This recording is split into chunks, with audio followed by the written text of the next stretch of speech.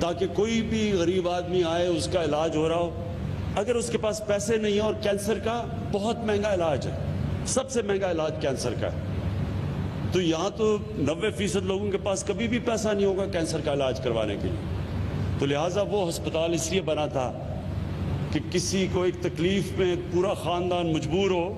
تو ان کو یہ فکر نہ ہو کہ اگر پیسہ نہیں ہے تو علاج ان کا ہوگا. تو تب سے میں نے سوچا کہ اللہ نے کبھی بھی مجھے موقع دیا، اس ملک کا اقتدار دیا، تو سب سے ضروری، سب سے پہلا کام میں نے کرنا ہے کہ ہمارے عام لوگوں کے لیے یہ عذاب اٹھ جائے کہ اگر گھر میں بیماری ہے، وہ پہلی تکلیف ہے، تو ان کو یہ فکر نہ ہو کہ ہمارے پاس پیسہ نہیں علاج کروانے کے لیے. لہٰذا یہ جو ہیلتھ انشورنس آج اناؤنس کرنے کے لیے میں خاص طور پہ لے آیا ہوں، یہ اتنا ضروری ہے. دو قسم کے دنیا میں لوگ ہیں. ایک وہ لوگ ہیں جنہوں میں اللہ میں ایمان ہے، وہ سمجھتے ہیں کہ اللہ کی مرضی کے بغیر کچھ دنیا میں ہو ہی نہیں سکتا. دوسرے وہ لوگ ہیں جو سمجھتے ہیں کہ یہ دنیا ویسی چل رہی ہے، اس میں اللہ کا کوئی مداخلت نہیں ہے. دو قسم کے لوگ ہیں نا، ایک اللہ میں مانتے ہیں، ایک نہیں مانتے. جو میرا ایمان ہے وہ یہ کہ اگر آپ کے پاس پیسہ ہے بھی نہیں، جو پاکستان کے پاس ابھی تک وہ پیسہ نہیں ہے، لیکن اگر آپ انسانیت کے لیے اپنی ساری زور لگاتے ہیں، ایفرٹس کرتے ہیں، پیسہ خرچ کرتے ہیں انسانیت کے لیے، انسانوں کی بہتری کے لیے، تو میرا ایمان یہ ہے کہ اس ملک کو جب اللہ خوش ہوتا ہے، کیونکہ وہ خوش تب ہوتا ہے جب اس کی انسانوں کی کوئی خدمت کرتا ہے. اللہ تو اس سے پیار کرتا ہے جو اللہ کی مخلوق سے پیار کرتا ہے. تو جب وہ دیکھتا ہے، یہ میرا ایمان ہے کہ جب وہ دیکھتا ہے کہ ایک ریاست اپنے کمزور اور غریب طبقے کی مدد کر رہی ہے، دکھی انسانیت کی خدمت کر رہی ہے، تو پھر اللہ کی برکت آتی ہے اس معاشرے کے اوپر. اور یہی وجہ تھی کہ جب ہمارے نبی صلی اللہ علیہ وسلم نے مدینہ میں، جب پیسہ بھی نہیں تھا مسلمانوں پہ، برے حالات تھے، لیکن ریاست نے اپنے کمزور طبقے کی ذمہ داری لے کے دنیا کی تاریخ کی پہلی فلاحی ریاست بنائی مدینہ میں. اور پھر یہ دنیا اس گواہ ہے کہ کبھی دنیا کی تاریخ میں اتنا بڑا انقلاب آیا نہیں جو کہ وہ مدینہ کی ریاست کے بعد آیا، بلکہ مدینہ کی ریاست لے کے آئی. یہ دنیا میں کبھی ایسے ہوا ہی نہیں ہے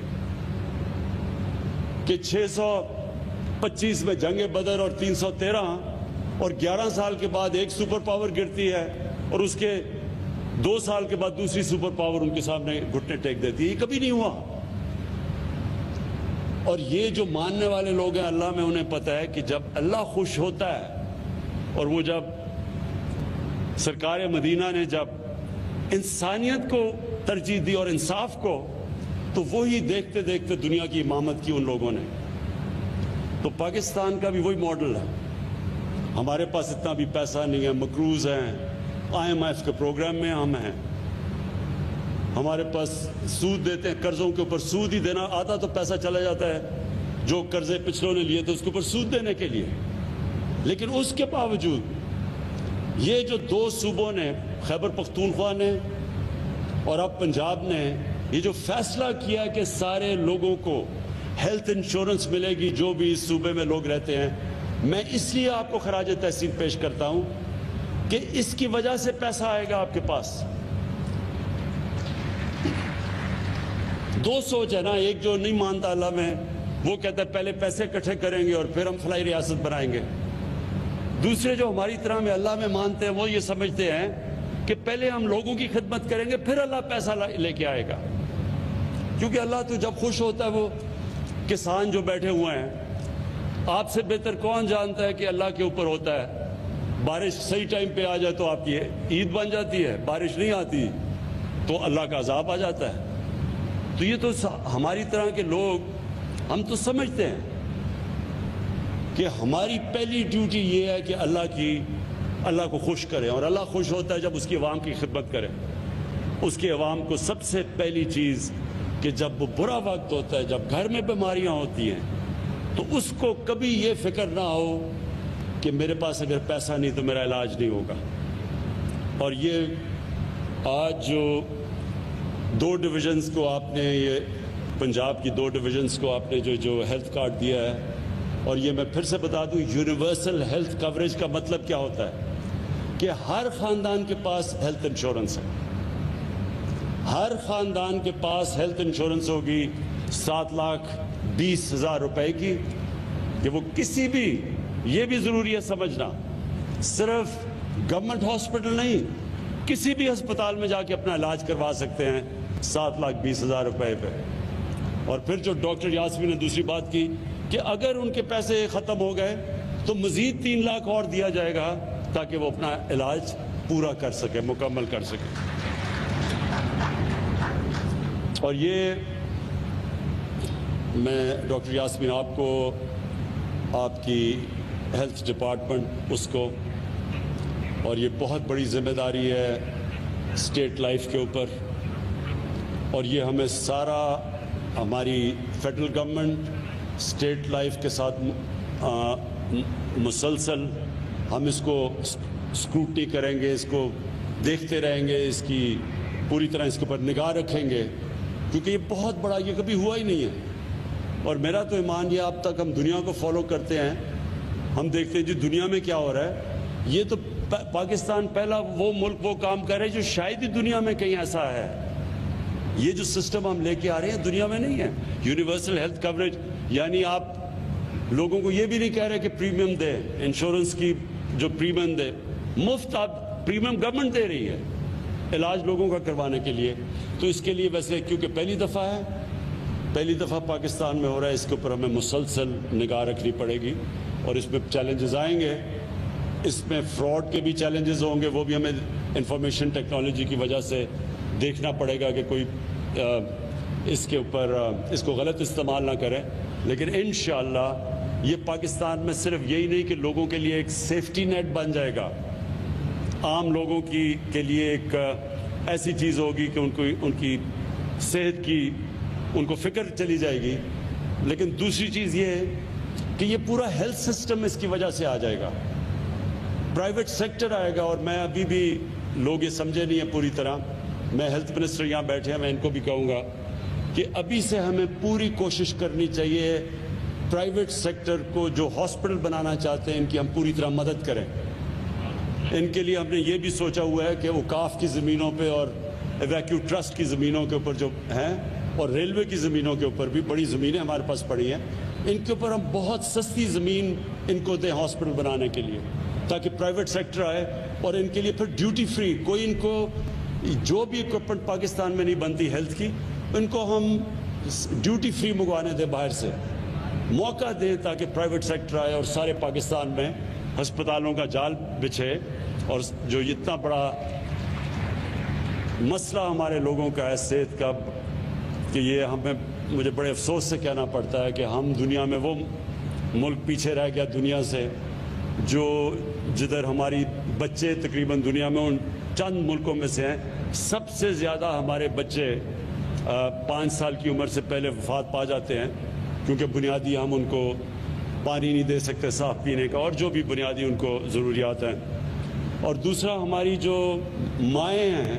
سب سے زیادہ ڈیلیوری کے پوائنٹ پہ پاکستان میں، دنیا میں وہ چند ملک ہیں، سب سے زیادہ مائیں مرتی ہیں ڈیلیوری کے ٹائم پہ۔ اس لیے یہ بڑا امپورٹنٹ ہے۔ جو دوسری چیز آپ نے یہاں لیا، اور یہ جتنی ریموٹ ڈسٹرکٹس ہیں، مدر اینڈ چائلڈ ہاسپٹلس کا جو 5 ہاسپٹلس بنانے کا فیصلہ کیا، یہ بھی بہت ضروری اس لیے تھا کہ پھر سے میں کہہ رہا ہوں کہ چائلڈ مورٹیلٹی اور جو پریگننسی میں جو مائیں مرتی ہیں، وہ سب سے زیادہ دنیا میں 5-6 ملک ہیں جدھر پاکستان ٹاپ پہ ہے۔ اس لیے یہ بڑا ضروری تھا کہ ریموٹ ایریاز کے اندر آپ یہ مدر اینڈ چائلڈ ہاسپٹلس بنائیں۔ تو یہ جو آج آپ نے آغاز کیا ہے 4 ارب کا، یہ بڑا پیسہ آپ خرچ کر رہے ہیں اس کے لیے، اور ساتھ ساتھ اس کے لیے وہ بھی ہیلتھ ریلیٹڈ ہے کہ یہ جو آپ نے سولرائزیشن کی ہے BHUs کی، بیسک ہیلتھ یونٹس کی، یہ بھی ضروری اس لیے ہے کہ یہاں دیہاتوں کے اندر